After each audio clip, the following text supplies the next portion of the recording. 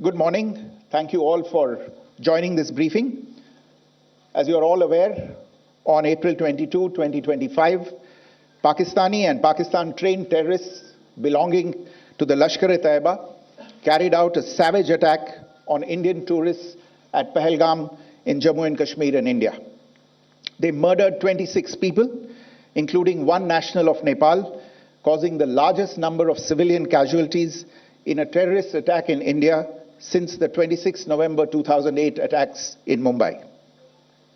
The attack in Pahalgam was marked by extreme barbarity, with the victims mostly killed with headshots from close range and in front of their families.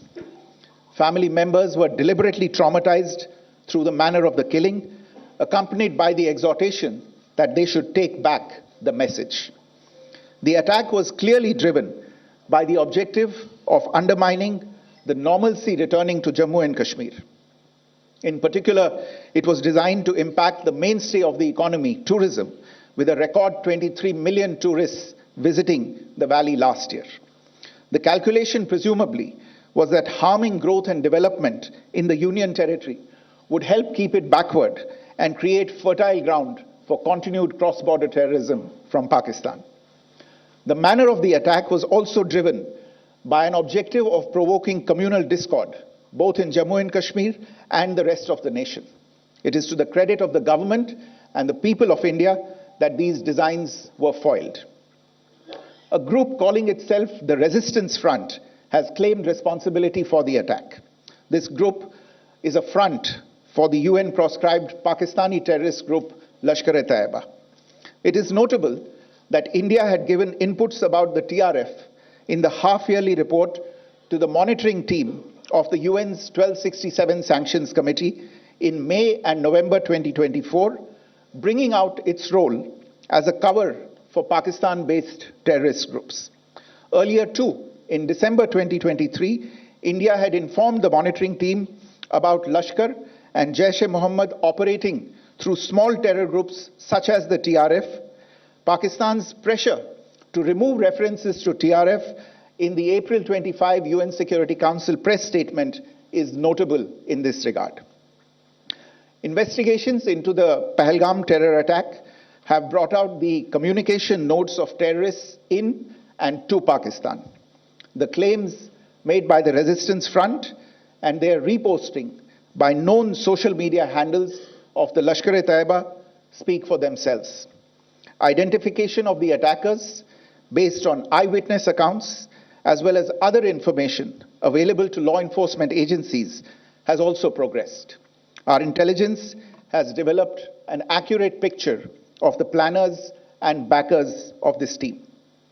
The features of this attack also tie in with Pakistan's long track record of perpetrating cross-border terrorism in India, which is well documented and beyond question. Pakistan also has a well-deserved reputation as a haven for terrorists from around the world, with internationally proscribed terrorists enjoying impunity there. In addition, Pakistan has been known to willfully mislead the world and international forums, such as the Financial Action Task Force, on this issue. The Sajid Mir case, in which this terrorist was declared dead and then, in response to international pressure, brought back to life, found alive and arrested, is the most glaring example. The latest attack in Pahalgam has understandably generated deep anger in Jammu and Kashmir and in other parts of India.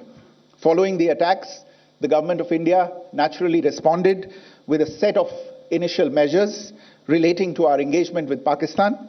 You're all aware of the decisions that were announced on the 23rd of April.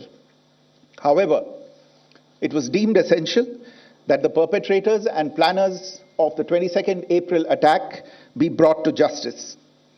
Despite a fortnight having passed since the attacks, there has been no demonstrable step from Pakistan to take action against the terrorist infrastructure on its territory or on territory under its control.